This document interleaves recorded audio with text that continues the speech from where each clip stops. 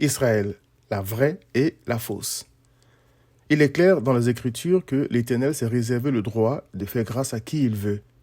Même entre des enfants d'un même père et d'une même mère, tous conçus dans le péché, sans que personne ne le mérite.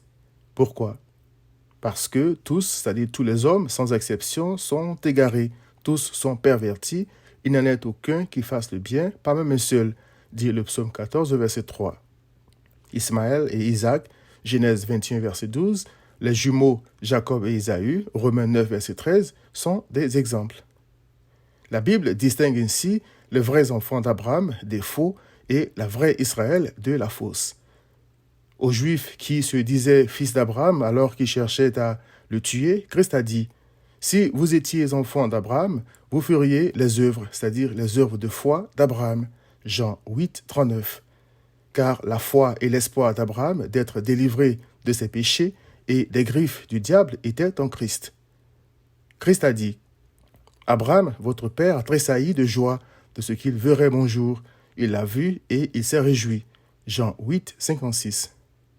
J'ai vu ces deux peuples d'Israël dans ma méditation dans Acte 13. Comme Abraham, la vraie Israël se réjouit dans Christ, tandis que la fausse le déteste de toute son âme. Je m'explique. Après avoir exhorté les croyants à rester attachés à Christ, Acte 13, 43, il est écrit « Le sabbat suivant, presque toute la ville se rassembla pour entendre la parole de Dieu.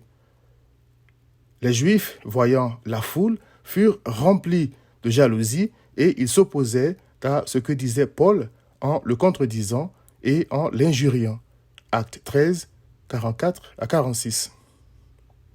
En méditant sur ce passage, je me suis demandé quels pouvaient être leurs arguments contre l'apôtre Paul. En voici trois qui caractérisent la fausse Israël, représentée ici par ces Juifs remplis de jalousie et de haine pour Christ face à Paul.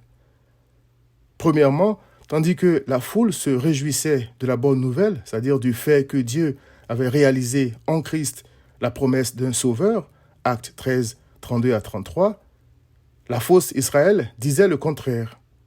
Selon elle, Christ n'était pas le Messie.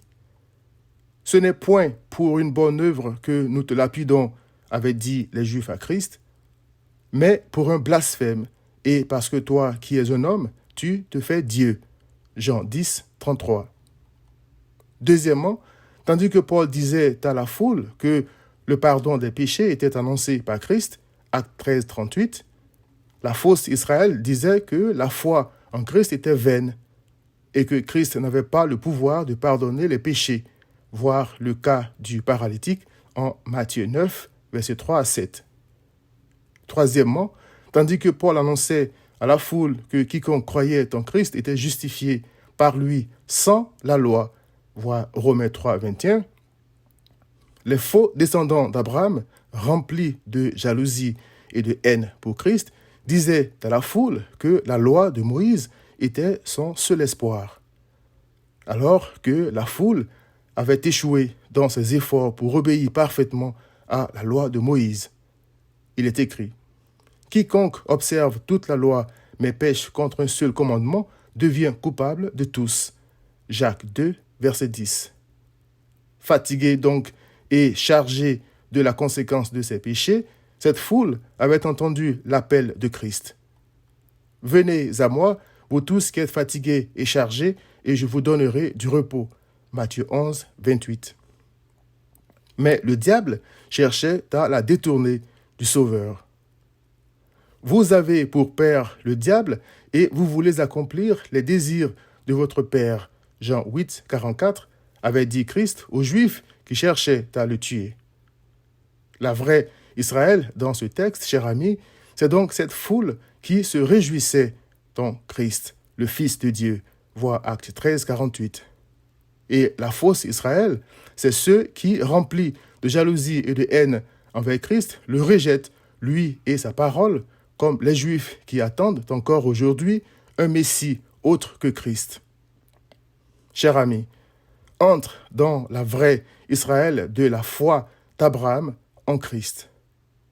Viens à Christ.